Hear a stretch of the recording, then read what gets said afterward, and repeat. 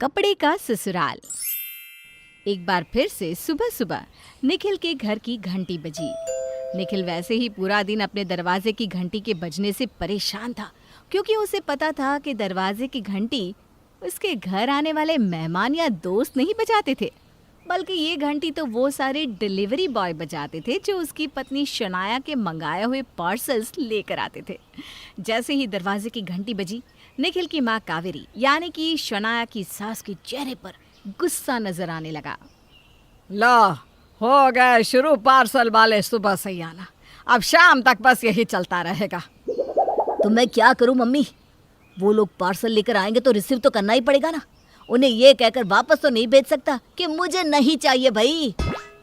अरे ये तो नहीं कह सकते कि तुम्हें नहीं चाहिए, लेकिन शनाया को तो समझा सकते हो ना। अरे कितने कपड़े मंगवाती है, दिन में 4-4 बार अलग अलग जगह से पार्सल आते रहते हैं। परेशान हो चुकी हूँ मैं तो। परेशान तो मैं भी हो चुका हूँ माँ, लेकिन मैं कर ही क्या सकता हूँ। कह दो अपनी बीवी से कि अगली बार जब भी कोई पार्सल आएगा तो दरवाज़ा वो खुद खोले, हम उसके नौकर नहीं रखे। अरे मम्मी, वो बाथरूम में नहाने गई है, ऐसे में दरवाज़ा तो खोलना पड़ेगा ना। तभी शनाया बाहर आ जाती है और अपना पार्सल देखकर खुश हो जाती है। अरे मुझे कब से वेट था मेरे इस ऑर्डर का। मेरी सारी ड्रेसेस आ गई, मैं बहुत बहुत बहुत खुश हूँ। लेकिन शनाया, कल भी तो तुमने कुछ मंगाया था, फिर आज ये सब क्या है? और कल ना मैंने अलग जगह से मंगवाया था और अभी अलग जगह से। एक्चुअली ना बहुत सारा डिस्काउंट चल रहा है, तो सोचा 5-6 ड्रेसेस मंगवा ही लेती हूँ, कभी ना कभी तो काम आ ही जाएंगी ना। अरे शनाया, घर में कपड़े रखने की जगह नहीं है और तुम ड्रेसेस मंगवाती जा रही हो। अरे क्या करोगी इतने ड्रेसेस का? मैं सोच रही थी एक अलमारी भी ऑर्डर कर लेती हूँ। हाँ बेटा, वही ठीक रहेगा, क्योंकि अब तो घर की सारी अलमारी भर चुकी है। यहाँ तक कि मेरे कमरे में भी बहू के ही कपड़े हैं। अब एक अलमारी और ले आओ तभी ठीक रहेगा। और उस अलमारी को रखेंगे कहाँ? ड्राइंग रूम में रख देंगे। मैं अपने काम में नहीं आने वाले कपड़े उसमें रख दूंगी। नहीं नहीं नहीं, ड्राइंग रूम में कपड़े कौन रखता है? अरे मम्मी जी, तो मैं अपने कपड़े कहाँ रखूंगी? शनाया की जिद के चलते एक और अलमारी घर में लाई जाती है, लेकिन शनाया का कपड़े खरीदने का सिलसिला खत्म नहीं होता। शनाया का पूरा रूम चारों तरफ कपड़ों से भर जाता है। एक दिन निखिल जैसे ही अपने कपड़े निकालने के लिए अलमारी खोलता है, अचानक से बहुत सारे कपड़े बिखर जाते हैं। हे भगवान, ये क्या हालत बना दी है तुमने शनाया। देखो तो ज़रा, कितने कपड़े हैं और ये तुमने किस तरह रखा है इनको। अरे कम से कम ठीक से तय बनाकर तो रख सकती हो ना। कहाँ तक तय बनाऊं? इतने कपड़े हैं, पूरा दिन और भी तो बहुत सारे काम होते हैं मेरे पास। अरे शनाया, लेकिन घर में सब जगह कपड़े ही कपड़े हैं और कितने गंदे तरीके से रखे हैं। ये देखो, बेड पर भी कपड़े, यहाँ स्टडी टेबल पर कपड़े, सब जगह कपड़े। क्या है ये शनाया? तभी दरवाजे की घंटी बजती है, टिंग टोंग, और शनाया के चेहरे पर स्माइल। वाह, लगता है मेरा नया ड्रेस आ गया। सुबह से वेट कर रही थी मैं इसका। क्या? एक और नया ड्रेस? ओफो निखिल, एक नहीं पूरे 4 ड्रेस मंगवाए। एक लेने पर ऑफर अच्छा नहीं मिल रहा था ना, इसलिए। अगले दिन शाम के वक्त शनाया बड़ी उदास सी अपने घर के ड्राइंग रूम में बैठी हुई थी। तभी कावेरी की नज़र उस पर पड़ी। शनाया को इस तरह उदास देखकर कावेरी को कुछ समझ में नहीं आया। अरे क्या हुआ बहू, इतनी उदास क्यों हो? आज कोई पार्सल नहीं आया तुम्हारा इसलिए? नहीं मम्मी जी, वो बात नहीं है। एक्चुअली मेरे आज 5 अलग अलग वेबसाइट से पार्सल आने वाले हैं और मेरे पास कपड़े रखने की जगह ही नहीं। समझ में नहीं आ रहा मैं इन कपड़ों को कहाँ रखूं।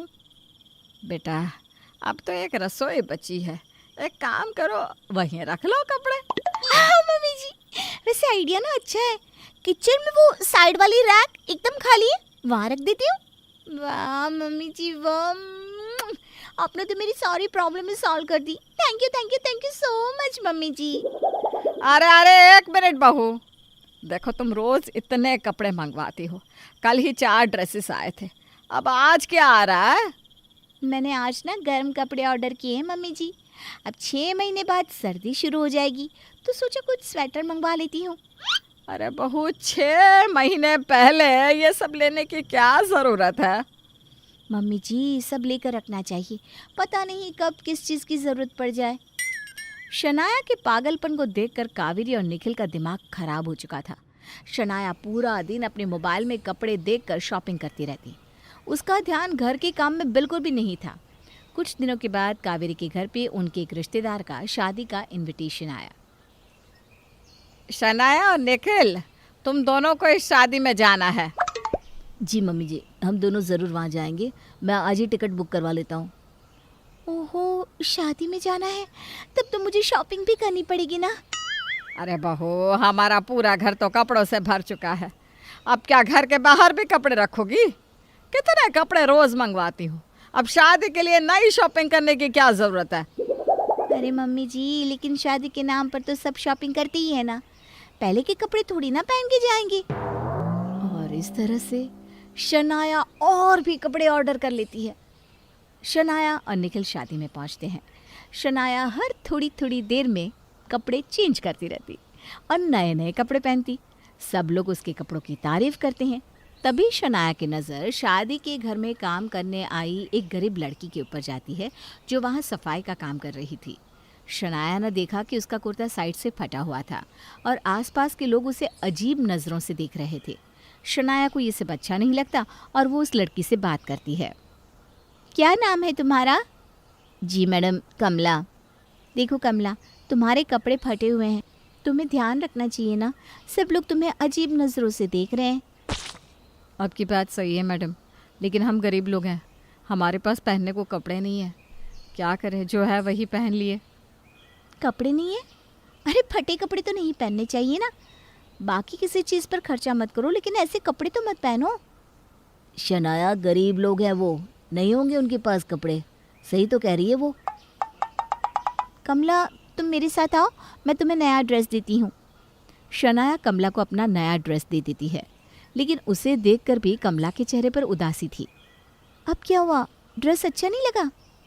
नहीं नहीं, वो बात नहीं है मैडम, लेकिन वहाँ घर में सब लोग फटे हाल है। किसी के पास ठीक से पहनने को कुछ भी नहीं है। ऐसे में मैं ये नया ड्रेस पहनकर क्या करूँगी? शनाया कमला से उसके घर का पता ले लेती है और उसकी बस्ती में जाती है। वहाँ की हालत देखकर शनाया को बहुत बुरा लगता है। अगले दिन सुबह सुबह वो अपनी सारी अलमारी से कपड़े निकालकर बैग में भरना शुरू कर देती है। अरे क्या हुआ बहू, क्या कर रही हो? अपने कपड़े खाली कर रही हूँ। क्या शनाया, तुमने और कपड़े ऑर्डर किए हैं क्या? नहीं निखिल, ये सारे कपड़े जो पूरे घर में फैले हुए हैं ना, और जिनकी ज़रूरत नहीं है, इन्हें मैं बस्ती के लोगों को देने जा रही हूँ। यहाँ मैं रोज़ 4-5 ड्रेस मंगवाती हूँ और वहाँ उनके पास पहनने को कपड़े नहीं हैं। तभी डोरबेल बजती है। लगता है मेरा पार्सल आ गया। फिर से? फिर से? हाँ, लेकिन इस बार मेरे लिए नहीं, बल्कि उन लोगों के लिए जिन्हें इन कपड़ों की ज़रूरत है।